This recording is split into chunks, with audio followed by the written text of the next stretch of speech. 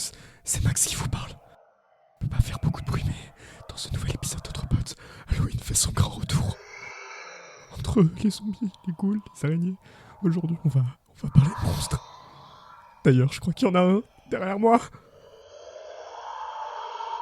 Place au générique. Voilà, on y est. Alors on arrête de blablater et on se met au travail. Ouvre grand tes oreilles, c'est important. Je suis pas bête, je sais que ça va pas être facile. T'as pas besoin de prendre des notes pour ça, enfin.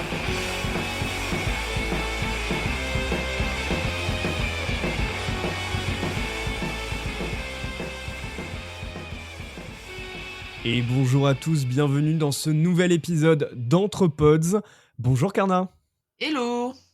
Karna, attention, fais bien attention à toi, je crois qu'il y a un vampire juste derrière toi. Ah non, t'inquiète, je lui ai donné sa poche de sang. Ok, ça va.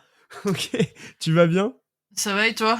Bah ça va. On est le 31 octobre, ou le 30 octobre, jour où va sortir cet épisode. Tu sais ce que ça veut dire ? Ouais, oui, je vais avoir des gosses qui vont venir sonner à ma porte pour réclamer des bonbons et le chien va leur hurler dessus parce qu'elle aime pas ça.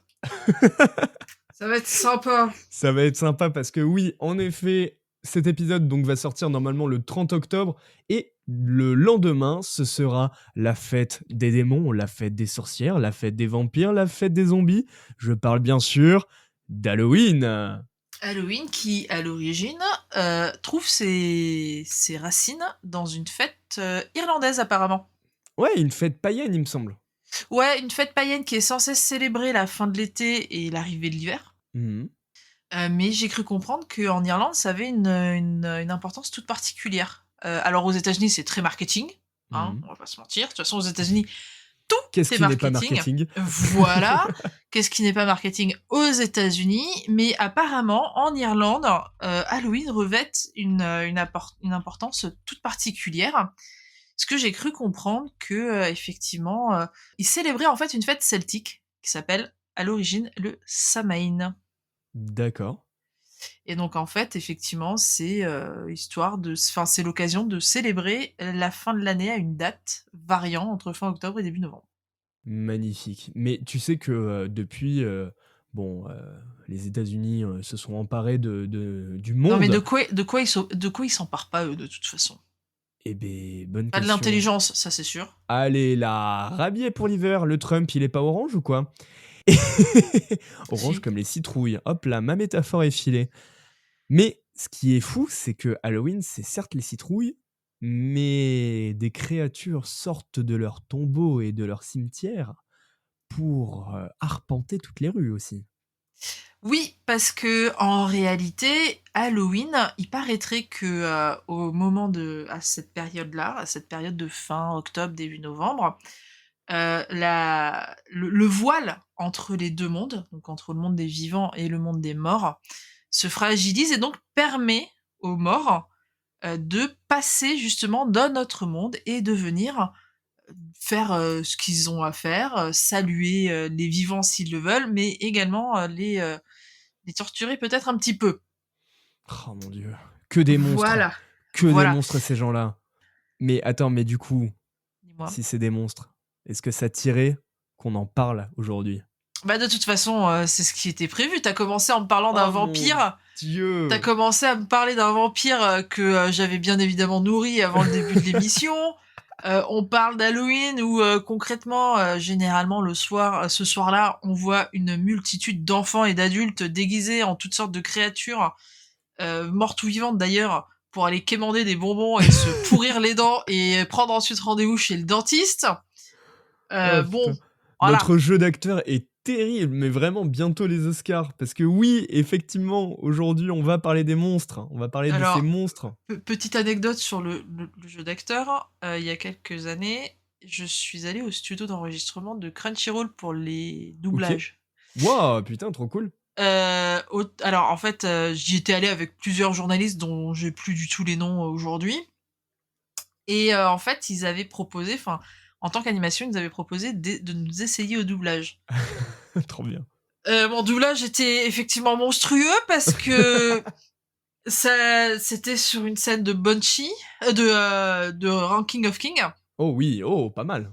Et c'est la scène où l'antagoniste féminine, la petite Mhm. brune là, qui est fiancée au frère du petit prince. Oui. Voilà, elle se réveille d'un accident, je sais plus quoi. Enfin, en tout cas, elle se réveille d'un coma. Mhm. Et c'est son fiancé qui est à côté de lui. Et elle doit faire des espèces de bruits onomatopées, genre. Ah Voilà. Sauf Mhm. que concrètement, moi, ça ressemblait plus à du porno qu'autre chose. Mais tu sais que ça passera pas sur Crunchyroll, du coup. Bah Dieu merci, Dieu soit loué que ça ne passe pas sur Crunchyroll parce que très sincèrement, voilà, hein, Oui, bon. hein, Mais du coup, quand tu me dis ton doublage était monstrueux, en fait, monstrueusement mauvais. mais monstrueusement mauvais, qu'est-ce que t'entendais en fait par le mot monstre? Parce que, en fait, c'est quelque chose qui veut tout et rien dire. Je suis bien d'accord et c'est bien pour ça que nous nous sommes intéressés à l'étymologie du mot à proprement parler, parce que aujourd'hui, pour ceux qui ne le savent pas, un mot que l'on va utiliser dans un certain contexte en 2024 n'avait pas forcément la même utilisation, le même objectif lorsque ce mot a vu le jour. Oh damn! Le mot monstre à la base vient du latin, du mot monstrum, qui voulait dire avertissement céleste prodige. Mais ça vient également d'autre chose, de monstrare, qui veut dire montrer, indiquer, qui était lui-même rattaché à monere, qui veut dire avertir. Donc en gros, monstre à l'origine, c'était soit un avertissement céleste, un prodige, donc quelque chose qui sortait de la norme de l'époque, soit une indication, un avertissement, et c'était pas forcément péjoratif, comme on peut l'avoir aujourd'hui. C'est pour ça que dans les représentations, sur certains tableaux à l'époque, enfin à l'époque, durant le Moyen-Âge, les anges, par exemple, n'étaient pas du tout des créatures humanoïdes, mais vraiment des monstres Alors si qui tu étaient te là fies... pour avertir, en fait. Alors c'est ça, et si tu te fies à la Bible, normalement, l'ange n'est pas du tout, mais pas du tout une créature humanoïde, hein. Oui, voilà. C'est voilà, c'est juste qu'on a eu besoin, je suppose, mieux pour mieux séduire les foules, d'avoir une représentation à laquelle on pouvait s'accrocher et qui nous ressemblait pour que ce soit plus simple à intégrer dans notre inconscient en Hmm. fait, dans notre inconscient collectif. Et du coup, le mot monstre, en fait, au final, c'est assez rattachable à tout ce qui est surnaturel. Du coup, c'est Alors, quoi ce qui le rend aussi négatif aujourd'hui? en fait, le mot monstre, on a tendance à l'utiliser pour plusieurs choses. Donc, les créatures mythologiques légendaires, comme par exemple le vampire, le Hmm. centaure, la sirène, le dragon, enfin bref, ce que tu veux qui est de l'ordre de la mythologie, du légendaire. Hmm. Mais également, on peut utiliser le mot monstre pour définir une personne qui va avoir une particularité physique qui va nous provoquer un certain malaise. Genre les freaks? Par exemple, on peut avoir ça, Quasimodo a été Ah oui. catégorisé dans le film Le Bossu de Notre-Dame de Disney, mais je crois même dans le roman de Victor Hugo, si je ne m'abuse. Le Quasimodo est présenté et décrit par les Parisiens comme étant un Mhm. monstre. Totalement. Parce que justement, il a une difformité, une malformation physique qui lui donne cet air, cette apparence un petit peu hors norme, Oui. que les gens ne parviennent pas à assimiler comme étant quelque chose de normal. Et c'est la même Mais façon pour les animaux, par exemple. Quand oui, t'as un animal qui est gigantesque, qui est exactement. monstrueux, justement, je pense Monstrueusement à... grand. Voilà, c'est ça. Par exemple, c'est un terme, les gorilles sont des monstres de force, ou sont... Par exemple, voilà, c'est ça. Et le mot monstre peut être également utilisé effectivement pour définir quelqu'un qui va sortir de la norme sociale. Hmm. Par exemple, on peut utiliser le mot monstre et ses dérivés pour définir une qualité ou un défaut. Typiquement, tu es monstrueusement gentil, monstrueusement euh, égoïste, ambitieux, bref, pour accentuer en fait un trait de caractère qu'on va considérer, nous, par rapport à nos propres valeurs, comme excessif. Ouais. Mais il y a également autre chose. On va catégoriser de monstres ces individus qui vont sortir de la norme sociale acceptable. D'accord. C'est-à-dire, qu'est-ce que tu entends par norme sociale acceptable? Alors, c'est Ça va être très simple. Je vais essayer de ne pas trop rentrer dans les détails, mais on va rester dans le sujet de l'actualité. Par exemple, Dominique Pellico, qui est actuellement jugé, pourrait être catégorisé comme étant un monstre aux yeux de certaines personnes, voire même de la société dans son intégralité. D'autres personnalités dans d'autres thématiques, j'entends. Par exemple, Paul Watson, aux yeux du gouvernement japonais, est peut-être considéré comme un monstre. C'est ce genre de choses, en fait, à partir du moment où on va avoir un comportement qui défie la norme, de manière négative ou positive, peu importe, on peut hériter de l'étiquette de monstre. Donc ce n'est pas forcément péjoratif, ce n'est pas forcément positif, ça peut être l'un ou l'autre. Et donc, est-ce que les monstres sont forcément des créatures du mal? Parce que, tu vois, je pense par exemple à la collection Les chefs-d'œuvre de Lovecraft, disponible chez Kiyun. Là, effectivement, dans toute l'œuvre de Lovecraft, donc qui est sublimée par Go Watanabe, qui est au dessin et qui est à l'adaptation, là, on a une véritable représentation du monstre, créature du mal, qui est là pour on va dire, vampiriser, pour contrôler le monde, pour amener de la noirceur. Est-ce que ça, c'est véritablement le monstre comme on l'entend? Ou est-ce que le monstre, ce serait plus... eh bien, tu vois, je prends, moi, quand je me réincarne en slime, dont on a déjà parlé dans ce podcast, est-ce que, dans moi, quand je me réincarne en slime, le héros qui se réincarne en slime décide de créer une nation pour recueillir justement tous les monstres et créer un hameau de paix. Au final, entre ces deux comparaisons, qui est le monstre? Les deux, Les en deux réalité. Les deux, en réalité. Parce que, alors déjà, faut savoir que Lovecraft, lui, dans sa manière d'écrire, ce qui est puissant, ce qui est fort, c'est qu'il va faire travailler ton imagination par rapport à tes propres biais cognitifs. Donc, techniquement parlant, dans les œuvres de Lovecraft, c'est ton cerveau, c'est ton imagination qui va créer le monstre. C'est ta propre imagination qui va venir par rapport à tes propres biais, par rapport, à tes propres connaissances, à ton propre passif, venir donner forme au monstre. Donc en fait, le monstre est une créature de l'insanité, enfin de la déformation mentale, de mes propres peurs. Exactement. Dans le cas de moi, quand je me réincarne en slime, c'est encore autre chose parce que là, pour le coup, ce qui est monstre, c'est ce qui sort des normes sociales, humaines, acceptables. C'est-à-dire que si tu regardes les monstres dans moi, quand je me réincarne en slime, physiquement parlant, on ne peut pas les catégoriser comme humains. Donc ce sont forcément des monstres. D'accord. Tu vois ce que je veux dire?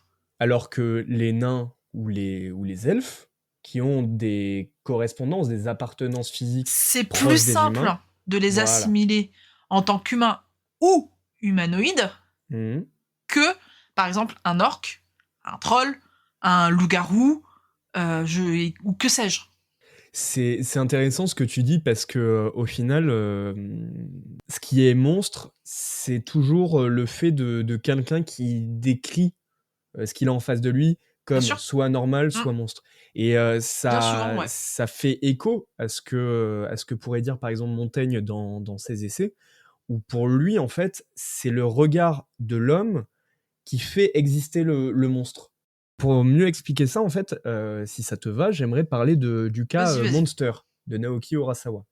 Vas-y. Monster, vous connaissez très certainement ce manga excellent. J'ai pas d'autres mots pour monstrueusement excellent, disponible chez Kana, et qui met en scène l'histoire d'un docteur, le docteur Tenma, qui, suite à un accident qui le pousse à choisir soit entre la vie d'un ouvrier turc, soit la vie d'un chanteur d'opéra ou un musicien extrêmement connu.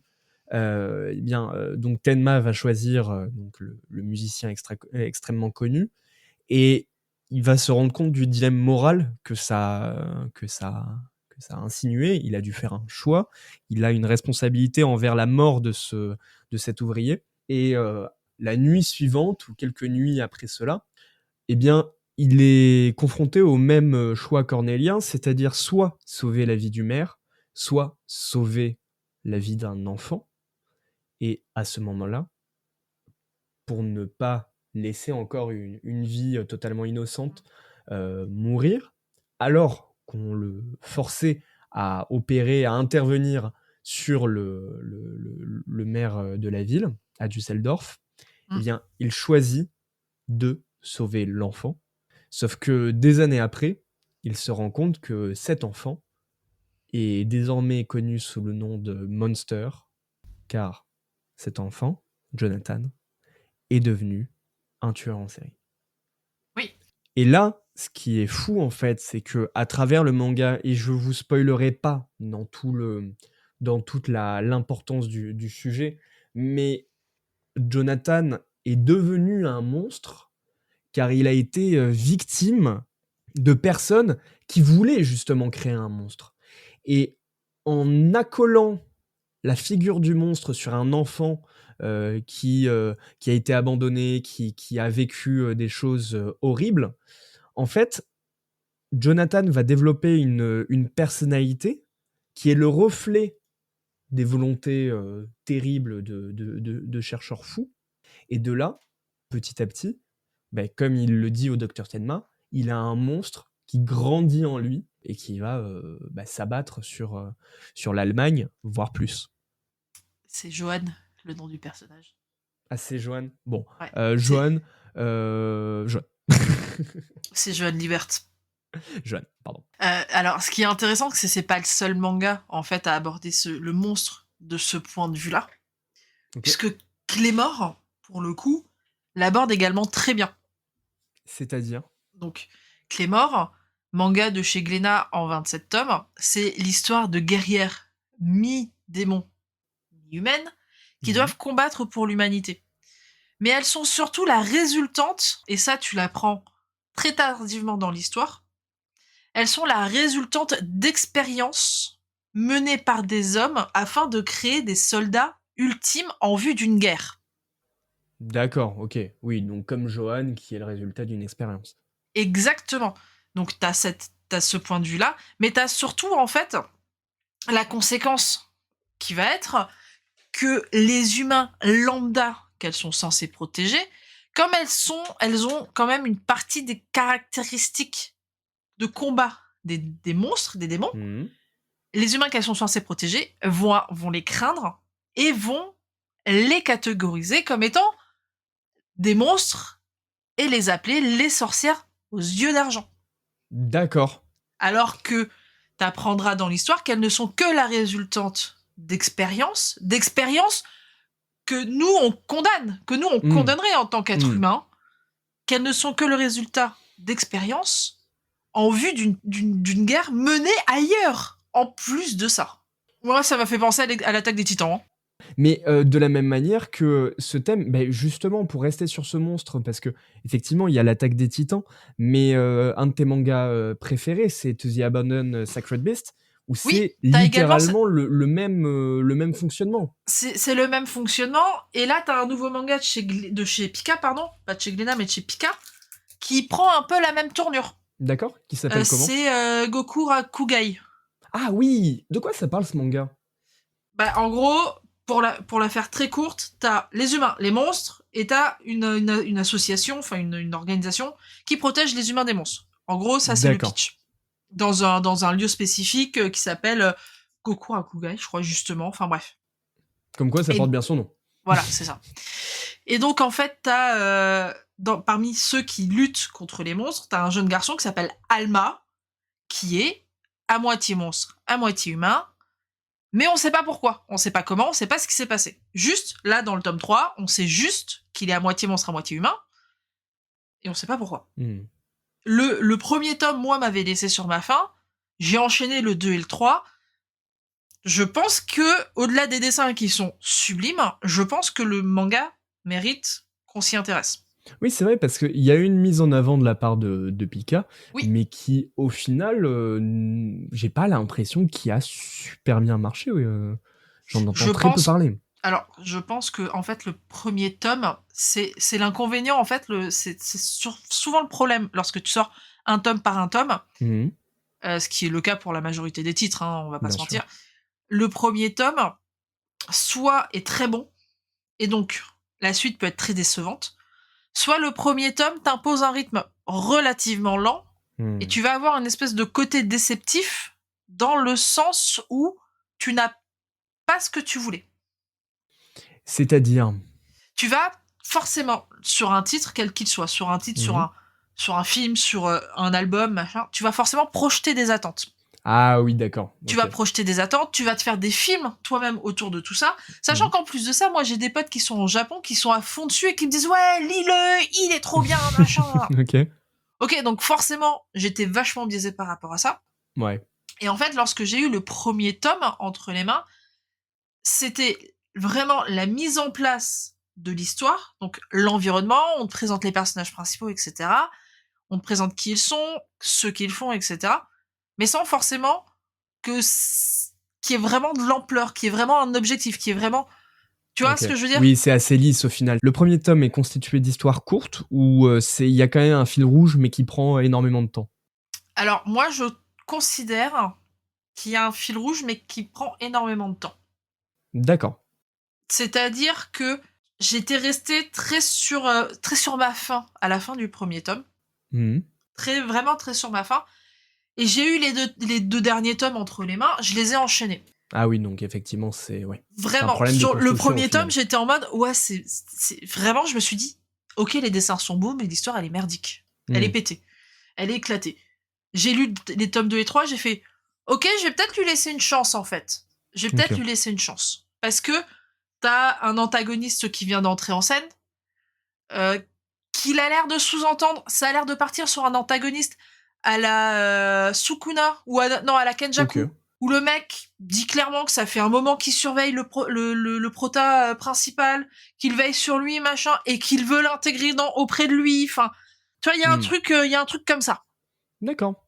Du coup, Très je suis un peu en intéressant. mode, ok, alors est-ce qu'on repart sur un truc à la JJK, ou est-ce que ça va être mieux traité? Est-ce que ça va être différent? Est-ce Mhm. qu'on va juste avoir quelques points communs? Voilà. Mais tu vois, tu parles de JJK et c'est assez drôle. Enfin, c'est assez drôle. Je t'en laisse mettre. Mais tu vois, quand on disait Montaigne dit Ouais. que c'est le regard de l'homme qui fait exister le monstre. Oui. Mais au final, Jujutsu Kaisen, c'est peut-être la représentation la plus proche de ça, puisque les fléaux, les monstres, ouais, naissent de la peur des gens, naissent de la peur du monstre, en fait, Alors, pas de que cette ça, chose parce que déformée. en réalité, les fléaux dans JJK sont l'amalgame des sentiments négatifs qui ont pris vie. Ouais. Donc en gros, c'est ta peur, ta frustration, ta tristesse, ton mal-être, tes angoisses, ton anxiété, enfin tout ce qui Hmm. peut être négatif chez l'être humain, tout ce qu'on va ressentir de négatif chez l'être humain, qui va donner naissance au fléau. Hmm. Un burn-out peut donner naissance à un fléau.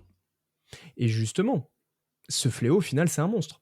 Oui. C'est les regards négatifs qui créent le monstre. Tu vois, Alors, dans les ce regards sens-là. négatifs, est-ce que c'est les regards négatifs ou est-ce que c'est justement le fait que par de base, il est issu de la négativité qui va créer Ah. le monstre? Tu vois ce que je veux dire? Parce que Hmm. si c'était juste un regard, ça veut dire que d'un autre prisme, ce n'est pas un monstre. Bah, d'où la puissance de certains monstres. De la même façon que dans Chainsaw Man, les démons développent leur puissance en Là, fonction de... je suis davantage d'accord. Parce que Ah, les démons dans Chainsaw Man vont gagner en puissance selon l'adoration qu'ils vont avoir ah oui, d'accord, ok. de la part Hmm. des humains. Plus on va se souvenir d'eux, plus ils vont être puissants et moins ils vont disparaître. Mhm. Le démon de la guerre, parce que de mémoire, t'as le démon de la guerre qui explique que comme ça a été effacé, comme la guerre est quelque chose qui a été effacé de la conscience collective, plus personne n'a peur de la guerre, donc ce démon-là n'a plus de raison d'exister. Oui, je vois. Tu vois ce que je veux dire? Mm. Mais dans JJK, même si t'as pas la guerre, t'as quand même des sentiments négatifs qui vont continuer à perdurer. la Ah oui, d'accord. souffrance de la perte d'un être cher, la frustration de ne pas avoir atteint un objectif, Hmm. la frustration, la tristesse de, je sais pas moi, d'avoir perdu, d'avoir tout perdu. Tu vois, c'est ça en fait l'essence des fléaux dans JJK, c'est la négativité à l'état pur. Ok, je vois, oui. Et ça se concentre Ça se pour concentre, ça devenir. s'amalgame et ça donne un fléau. D'accord, ok. Ah, tu vois, j'avais très mal compris Là l'œuvre. où, effectivement, ben, pour le coup, il n'y a pas de question de regard, c'est la négativité à l'état pur. C'est le monstre que tu vas retrouver sous le lit des enfants pour leur faire peur. C'est le mal Hmm. incarné. Incarné. Là, on est D'accord. dans la notion de mal incarné. D'accord. Alors que dans Chainsaw Man, le démon n'est pas nécessairement le mal incarné puisqu'il va dépendre des souvenirs et de l'adoration des gens à son égard. Alors, tu vois, on a parlé là de justement le monstre qui est la création de l'homme. Bah, au final, l'amalgame dans Tout à JJK, fait. Ouais, on est totalement là-dedans. l'adoration ou plutôt la peur dans Chainsaw Man, mais dans Monster, dans Claymore, Oui, etc.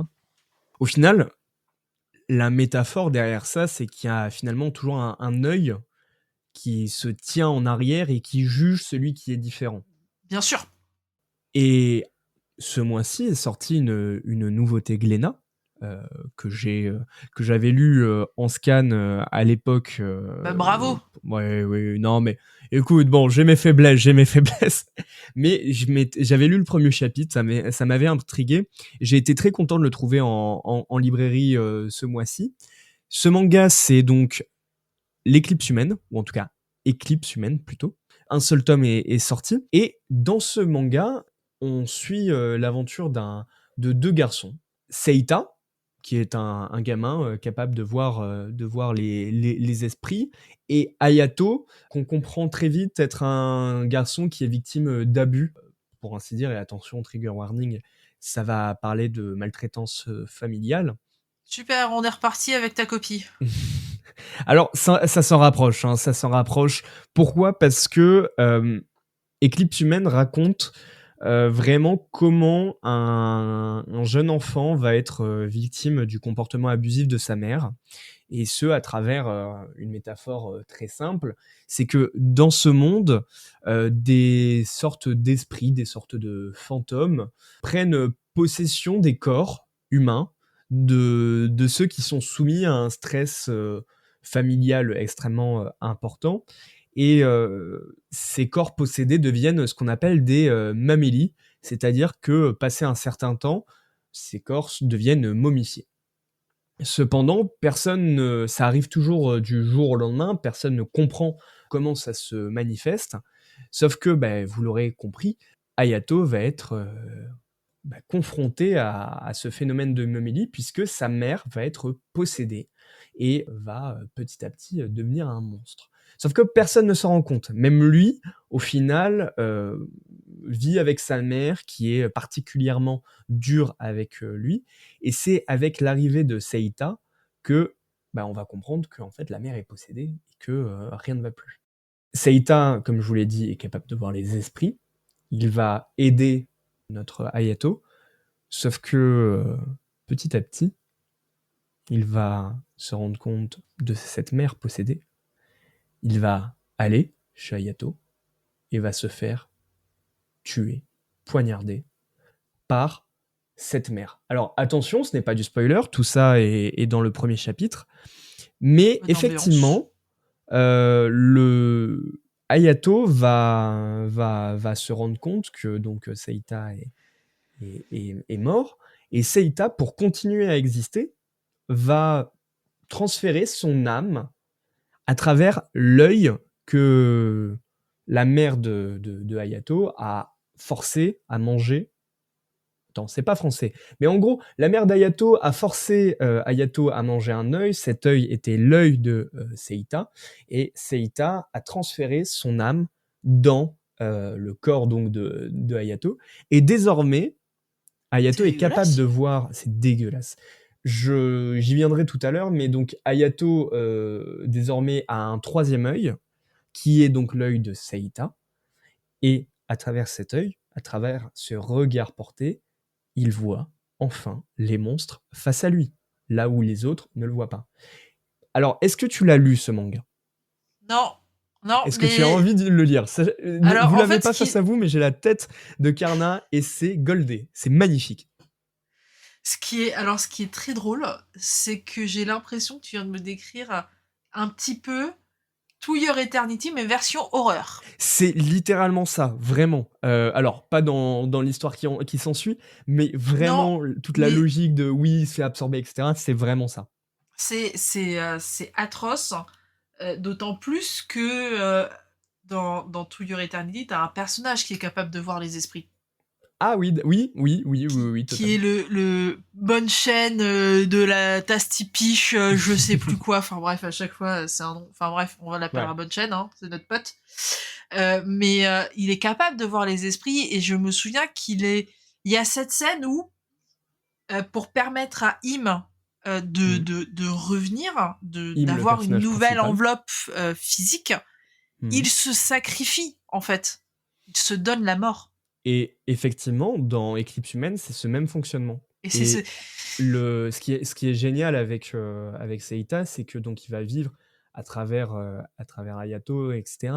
Et en fait, le manga, si vous êtes amateur du genre horreur, là où To Your Eternity a un dessin très léché, très splendide, en fait, vraiment. oui, Ouais. mais ça veut pas dire que c'est pas que c'est pas Ah une non, histoire horrifique, hein. totalement, au contraire, les thèmes sont durs, etc. Ah ouais. Dans Eclipse Humaine, en fait, ce qui est intéressant, je veux dire, c'est que, en fait, ils sont deux.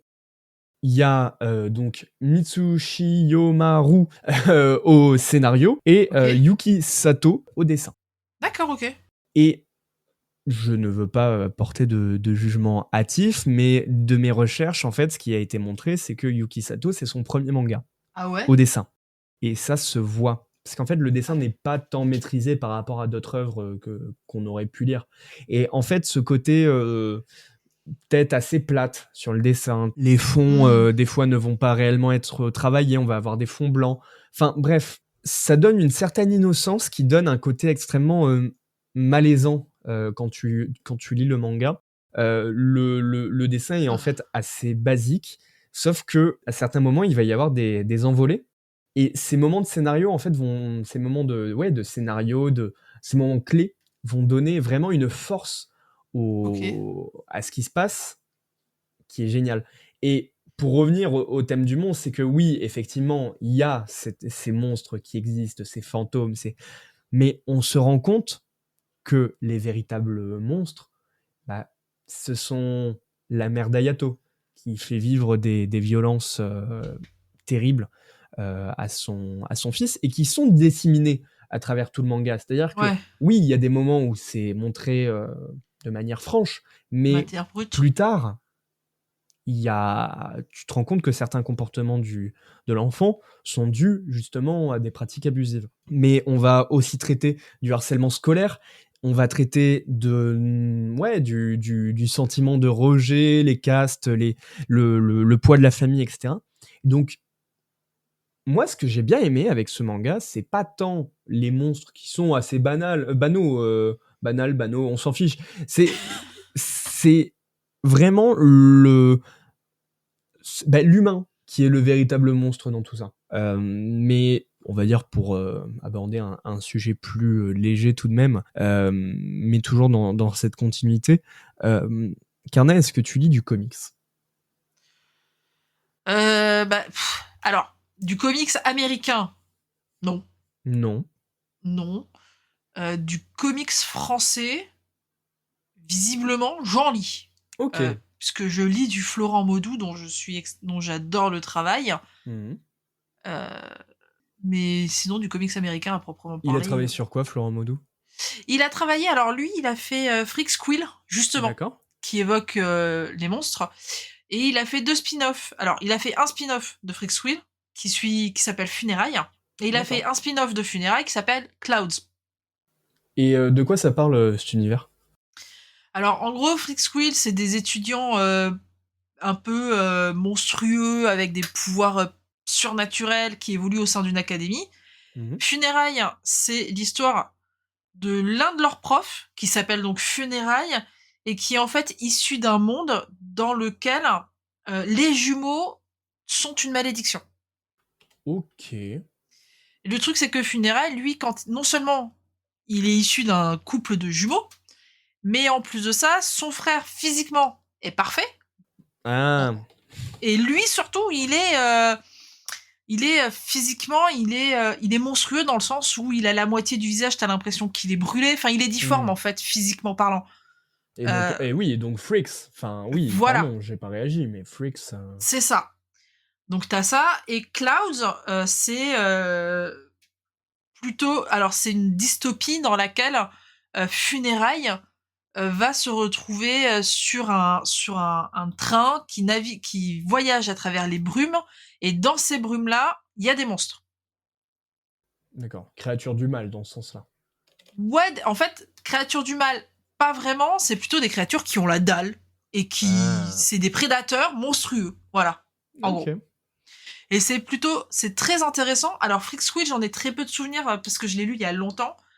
Funérailles est très intéressant, je trouve, parce que pour le coup, ça pose la question de qui est réellement monstrueux. Parce que là, encore une fois, on a une notion d'abus sur autrui. Mmh. On a le sujet de l'abus sur autrui qui est abordé. On a le sujet de la guerre. On a le sujet de la valeur, enfin du regard d'autrui sur soi-même, des valeurs, enfin de ce qui est socialement et sociétalement acceptable ou pas. Typiquement, l'un des personnages de Funérailles, qui est une femme en chair, que moi j'aime beaucoup son personnage. Femme en chair, c'est-à-dire? Elle est ronde, très Ah OK, ronde. pardon, pardon. C'est une femme en Excuse-moi, j'avais chair. pas compris. Pas de souci. Sauf que bah, on sait très bien que dans notre société, ces femmes-là sont pointées du doigt parce que bah, grossophobie, voilà, ce que tu veux. Dans Funérailles, il s'avère qu'elle est la réincarnation d'une déesse. Mmh. Si ça, c'est pas un pied de nez aux valeurs, aux normes sociétales modernes, je sais pas ce que c'est. Totalement. Et c'est plein de trucs comme ça. C'est comment est-ce qu'on arrive à se détacher en fait justement de l'étiquette de monstre que la société peut nous coller parce qu'on rentre pas dans ces normes et du coup continuer à avancer. Je vois. Mais alors, justement, de tout ce que tu dis, c'est, bah, on est dans cette continuité, c'est-à-dire que le regard porté, sur, telle chose est tel monstre, enfin, Mais telle bien chose sûr, est un monstre, au final, c'est juste l'expression de comportements qui n'ont pas lieu d'être, grossophobie et cetera et bah, soit si de tu comportement, soit de, de, de, de, de caractéristiques physiques qui sortent de la norme.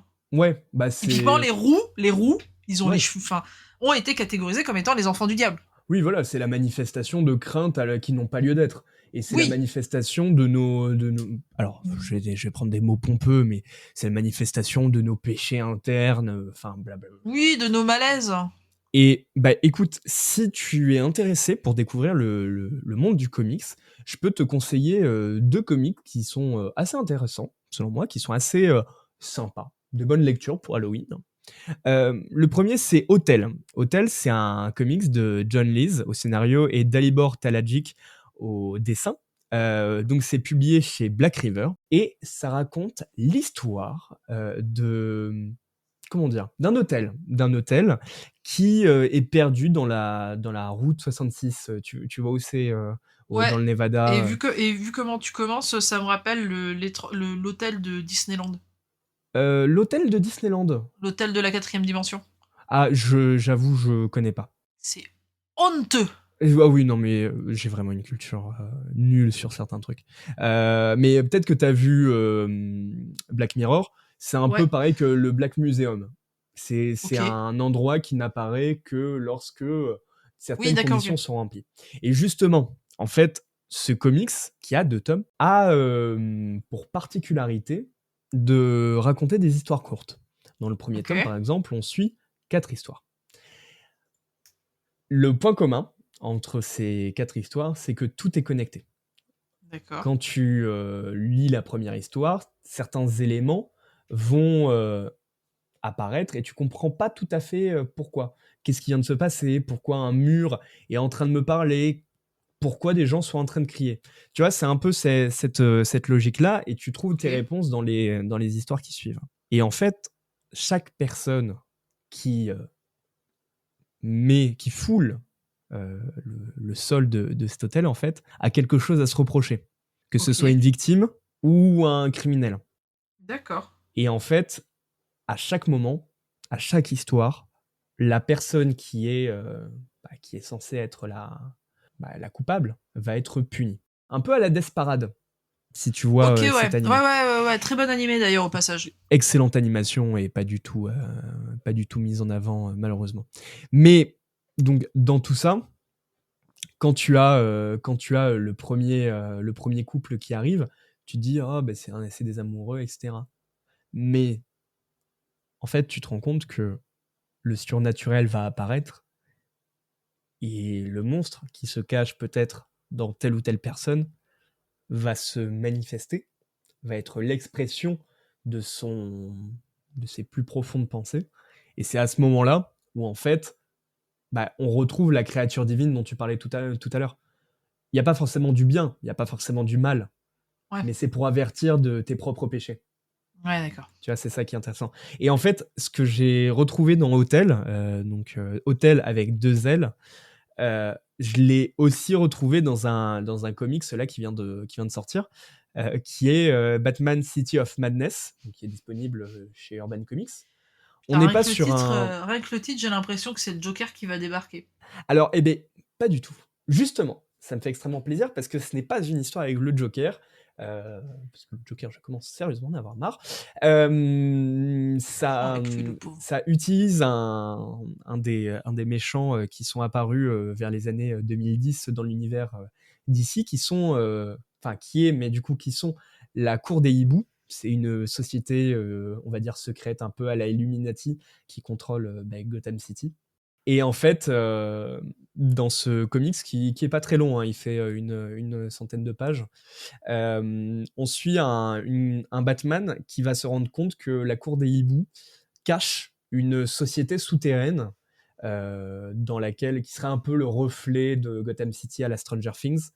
Et D'accord. une de ces créatures aurait disparu de cette ville souterraine pour trouver son Robin. T'auras compris, la créature, elle est pas totalement inconnue à Batman. Peut-être que ça reprend un peu le délire Cthulhu, pour revenir à Lovecraft. Et en fait, c'est un peu une métaphore pour parler des propres peurs de Batman. Ce monstre, qui est son reflet, au final, c'est l'expression de ses peurs internes, comme pourrait l'être d'autres méchants. Mais T'as pas failli dire Elon Musk? Elon fucking Musk.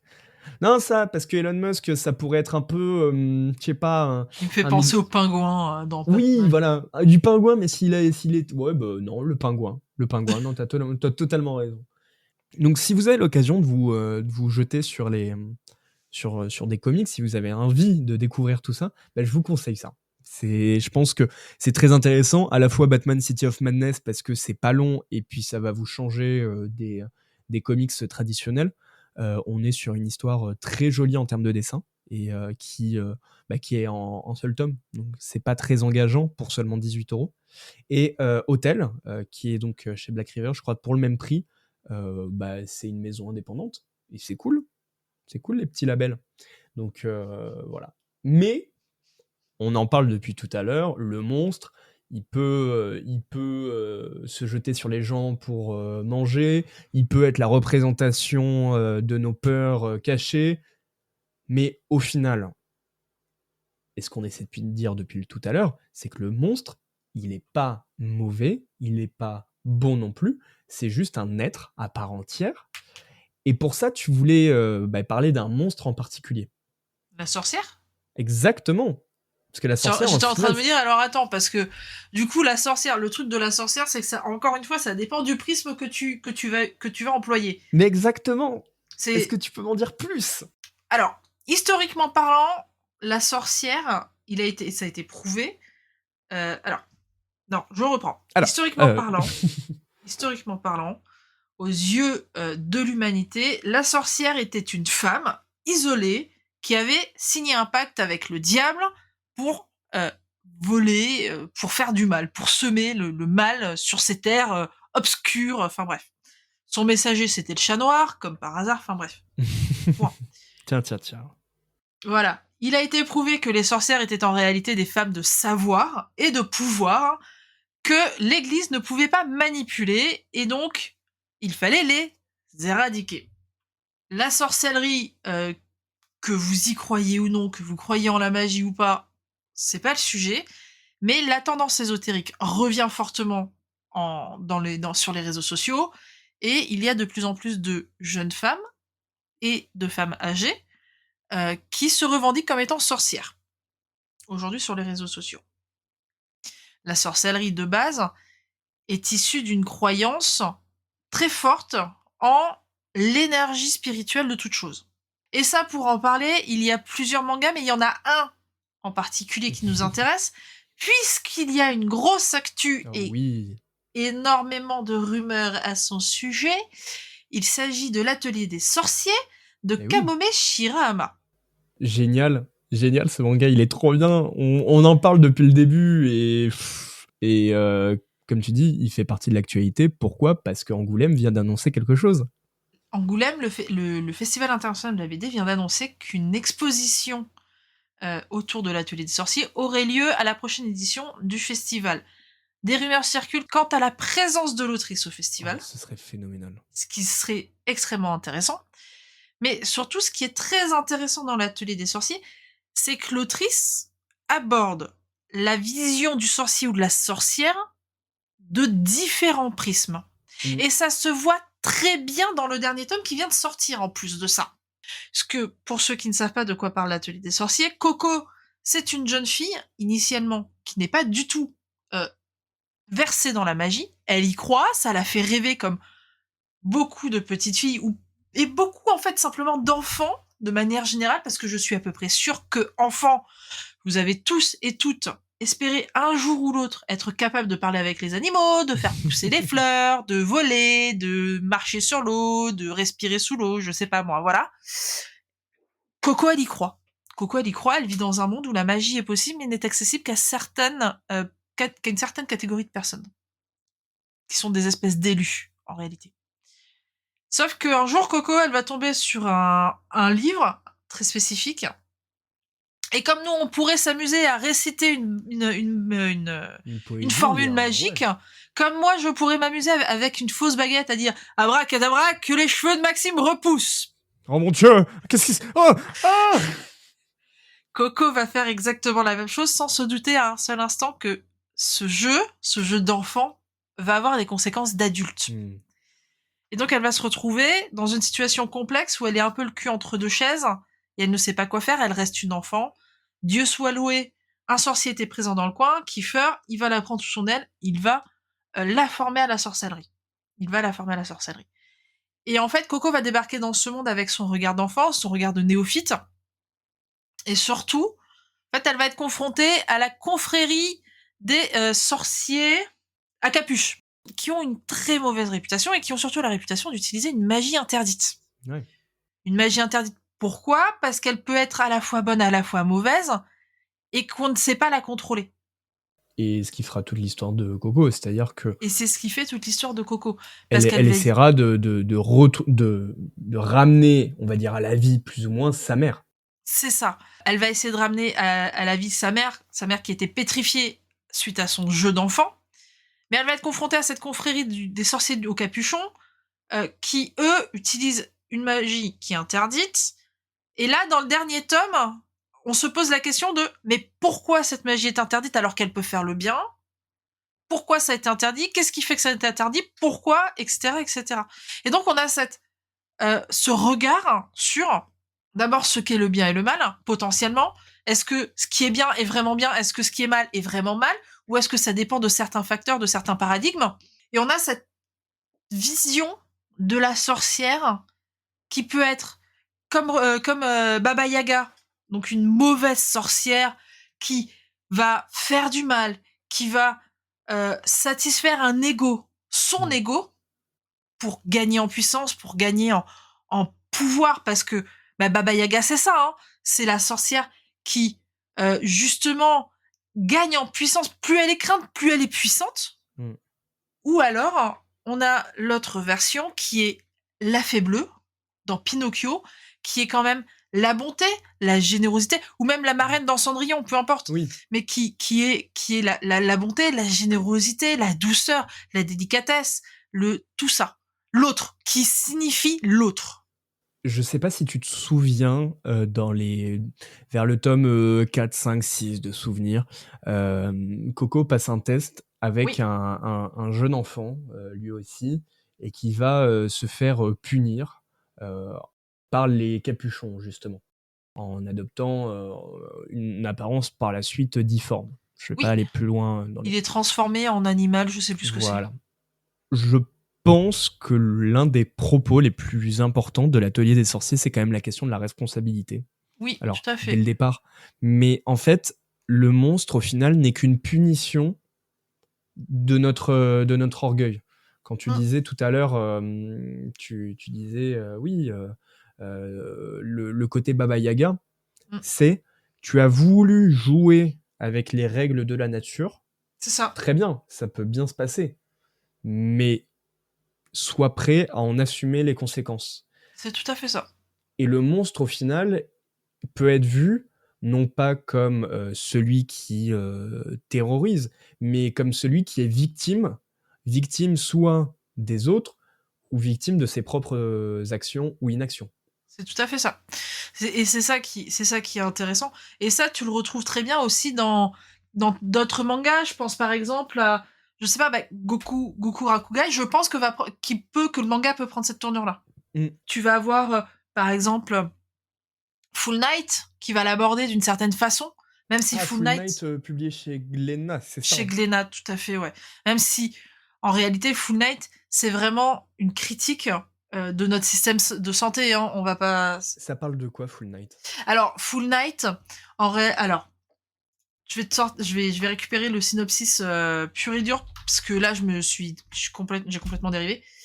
Mais Full Night, donc c'est un manga de Kasumi Yasuda qui est sorti chez nous, qui a commencé sa publication en 2020.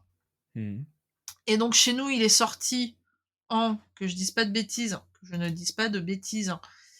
Non, chez nous, il est sorti en 2022. D'accord, ok.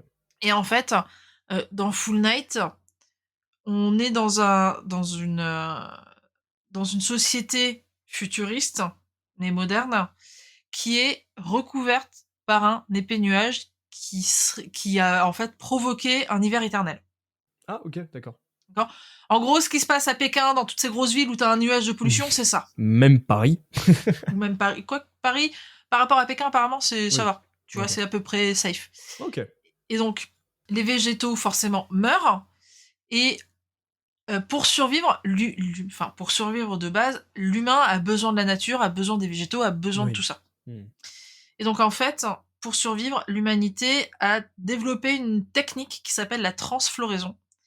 Et donc, en fait, ça consiste à transformer un être humain en plante. Et donc, forcément, la transfloraison, elle est limitée à certaines personnes. Donc, des personnes qui sont en fin de vie, notamment pour des raisons éthiques. Hein. Oui. Voilà. Mais les volontaires reçoivent une prime de 10 millions de yens. Donc, forcément, ça incite les gens à se porter volontaires parce que, c'est 10 millions de yens, tu peux très bien les filer à tes héritiers, etc. À tes descendants, ouais. Voilà. Le truc, c'est que forcément, il y en a qui contournent la règle. Hein. C'est l'appât du gain crée le vice. Ouais. Et Toshiro, c'est un de ces volontaires qui contourne la règle. Il est fatigué de vivre, il en peut plus, il a une vie de merde, il est épuisé, moralement il est à bout, il a pas de thunes, il sait pas quoi faire. Et il va choisir de se transformer en plante. Sauf que, il va pas réellement se transformer en plante, et ça va lui donner des talents que personne n'aurait soupçonné. Et il va commencer à pouvoir parler avec les plantes. Et donc ça va tourner autour de tout ça. Et donc t'as la création volontaire du monstre, à proprement parler, mais t'as également le regard sur ce qu'est un monstre, en fait. c'est un peu le Frankenstein, c'est-à-dire que t'as le monstre en Totalement, tant que tel et t'as le scientifique fou qui est le vrai monstre et qui totalement. crée ses enfants, Ouais, quoi. t'as tout à fait ça. C'est tout à fait ça. D'ailleurs, en parlant d'une esthétique un peu Frankenstein, un peu esprit, etc., il y a un autre manga, Bleach, qui a un spin-off et qui parle des sorcières. Ouais, Burn the Witch, Disponible chez Glénat, donc de Tite Kubo, en un toujours. tome en Ouais. France. Ouais, je sais même pas s'il va y avoir d'autres tomes de Burn the Ben, Witch. alors en fait, c'est la grande question. Tite Kubo, de ce que j'ai compris, écrit sur le manga quand il veut. Il a annoncé que ce serait une série. C'est d'ailleurs pour ça qu'il me semble que sur les tomes, nous avons un numéro 1, mais que cette série sera faite quand elle sera faite. Et Le Tite pire, c'est qu'il y a eu Kubo, un animé sur le premier tome. oui, alors justement, c'était, il me semble, 3 OAV qui, en termes d'animation, étaient vraiment bien, etc., et qui accompagnaient le lancement du manga. Oui, c'est ça, ouais, j'ai l'impression. Très sympa, je te le conseille. Qu'est-ce que ça raconte, Burn the Witch? Alors, Burn the Witch, on n'est plus au Japon, on est à Londres. Hmm, Et en gros, Londres, c'est l'équivalent d'une pièce de monnaie. T'as la face normale, donc notre face à nous, ouais, et t'as l'autre face qui est un monde fantastique dans il y a, lequel il y a clairement une inspiration Harry Potter hein, dans ce côté Londres. Harry Potter, tu peux avoir... t'as tellement... En fait, de manière générale, la fantasy a ses deux versants. Oui, totalement. De manière générale. De Non, mais manière c'est vrai que générale. le Londres, même dans l'esthétisme que propose Tite Kubo dans ce manga, il y a un côté Harry Potter assez assumé tout de même. C'est pas étonnant. Ce qui est drôle, c'est de savoir que je crois que c'est les 2 ou 3 premiers tomes de Harry Potter qui sont le plagiat d'un autre truc. Ah oui, ça je savais pas. Tiens. Ok. L'île du crâne, ça s'appelle. D'accord, ok. L'île du crâne. L'auteur a choisi de ne pas porter plainte contre comment ça Oui, s'appelle Rowling oui. parce qu'il estimait que ce qu'elle avait apporté à la fantasy avait plus de valeur que son compte en banque. Eh ben putain, C'est beau, c'est hein. beau, c'est beau. Bon, et pardon, excuse-moi, je t'ai coupé, mais du Et, coup, Burn the et Witch. donc en gros, donc Londres, c'est les deux faces d'une même pièce, la face normale et la face fantastique. Hmm. Dans le Londres fantastique, 72 des décès sont liés aux dragons. Donc, Oui. les dragons, Des créatures t'as sans du froid. petit, t'as du gros, t'as du très gros, t'as du gigantesque, enfin bref. Mais Et ils le sont truc, tous invisibles. ils sont invisibles pour la majorité des gens. Eh oui. Pour la majorité des gens. Et donc en fait, seuls les habitants de la partie fantastique de Londres, de la ville fantastique de Londres, peuvent les voir et les combattre. Sauf que parmi ces gens-là, seuls quelques-uns peuvent devenir sorciers et sorcières et donc être habilités à aller combattre les dragons, à entrer en contact avec eux, à les dompter, parce que certains les domptent, ils sont pas... Voilà. Et donc Burn the Witch tourne autour de 2 sorcières, Noël et Nini, qui sont justement affiliées à une agence qui s'appelle Wingbind, ouais, J'imagine. Wingbind, qui est là pour la conservation et la gestion des dragons. Et donc là, ça me fait penser au grand frère de Ron Weasley, qui justement était parti en Roumanie pour étudier les dragons et les sauver. Oui. Et pareil, de la même façon, avec Norbert Dragono dans Les Animaux Fantastiques. Ah, je l'ai On pas est- vu cela, donc j'ai pas la ref. Mais oh, dis-toi que c'est un anthropologue qui étudie les animaux, etc. Ah bah voilà. Ouais, bah, voilà. Mais au final, ce qui est intéressant à voir, c'est que de cette vision très monstrueuse de la sorcière avec le nez crochu, un peu à la Blanche-Neige au final, hein, qui donne la pomme Oui, enchantée, oui. on a une évolution petit à petit du phénomène avec aujourd'hui les sorcières qui sont des lycéennes un peu à la Buffy contre les vampires, qui vont incarner un peu un aspect pop, un peu sugar pop, que Tite Kubo c'est extrêmement bien représenté en fait. Bah t'avais, dans le même style, t'avais Kiki la petite sorcière de Miyazaki, hein. Oui, et bah, Kiki la petite sorcière, Chocolat et Vanilla chez Kurokawa. C'est ça. En fait, c'est assez drôle de voir qu'en fait, la sorcière, à vrai dire, c'est pas tant un monstre plutôt que un métier, une fonction en fait. Alors, ce qui est très très marrant, c'est que t'as un manga qui aborde les deux thématiques du D'accord. monstre et de la sorcière. The Witch and the Beast de chez Pika.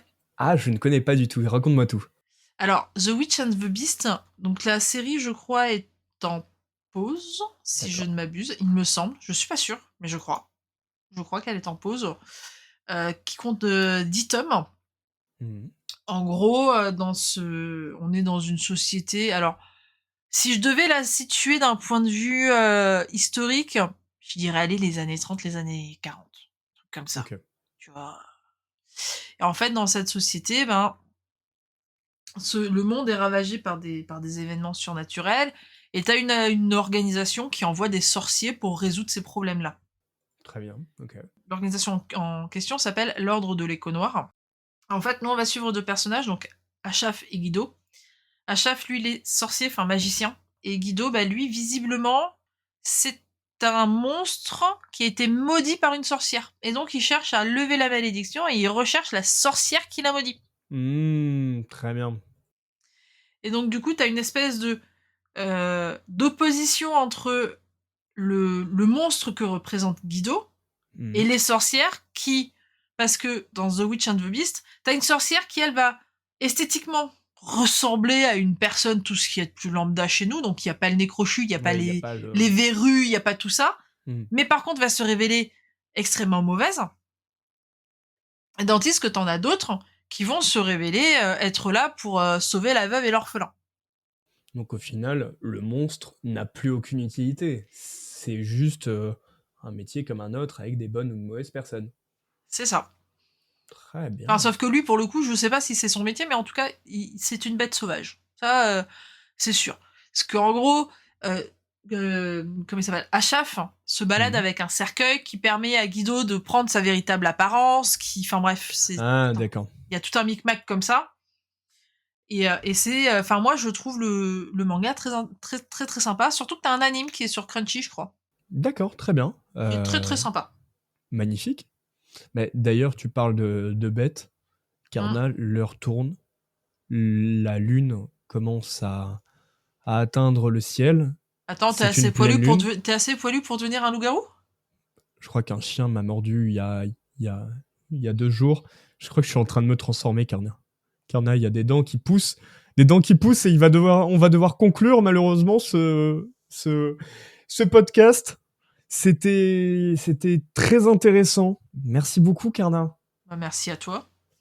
Qu'est-ce qu'on pourrait dire de tout ça? Que Bah, les monstres, c'est juste le fait de notre imagination? non, je pense que les monstres ont différentes facettes et que ça sert à rien à proprement parler d'en avoir peur tant qu'on ne sait pas réellement de quoi ils retournent. C'est comme pour tout. Ça sert à rien d'avoir peur. Ça sert à rien d'utiliser cette excuse pour terrifier les gamins parce que de toute façon, en grandissant, ils comprendront que soit ils n'existent pas, soit c'est pas du tout ce qu'on leur avait vendu pour leur faire peur. Et deux, non, pour moi, les monstres ne sont pas. Il y a qu'à voir Monstres et compagnie. Il y a qu'à voir Monstres et compagnie. Les monstres ne sont pas forcément. Ce n'est pas l'apparence qui fait le monstre, c'est plutôt le monstre qui fait. L'apparence? Ouais, mais non. C'est pas l'apparence. Enfin, non, c'est pas l'apparence qui fait le monstre, mais c'est plutôt les actes qui font d'un monstre ce qu'il est réellement. Bah justement, et tu me diras si t'es d'accord ou pas, je pense qu'à la manière de Johan, en fait, être un monstre, c'est juste une graine qu'on nous a implantée en nous, qui grandit, grandit, grandit. Et si on l'entretient avec des énergies négatives, si on l'entretient avec des traumas, si on l'entretient avec plein de malveillance, au final, le monstre va exister. Mais si on porte un regard autre sur la personne en face de nous, bah en fait, c'est un être et pas un monstre, tout simplement. Le monstre n'a pas lieu d'être. On pourrait les résumer comme ça. Maintenant, ça voudrait dire que, enfin, ce qui est pas totalement faux, n'importe qui peut devenir un monstre. Mais ça voudrait dire qu'une personne qui a vécu dans un environnement malsain serait plus sujet à le devenir. Et Ah je oui, sais ouais. pas si on peut aller. Je sais pas si c'est vrai en fait. Ça effectivement, c'est vrai qu'il faudrait qu'on. Ça pourrait être un sujet.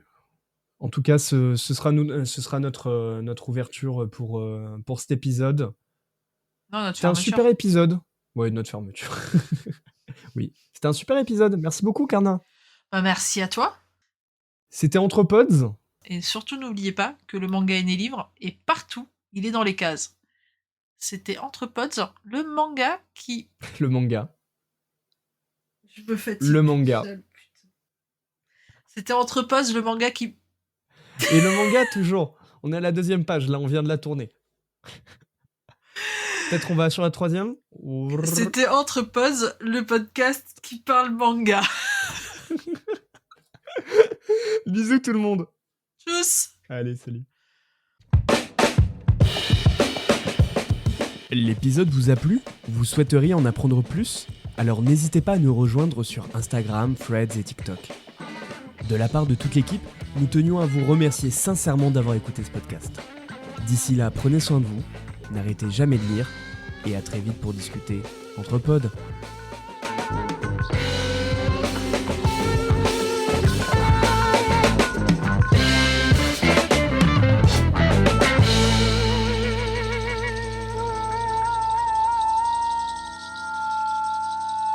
Thank you.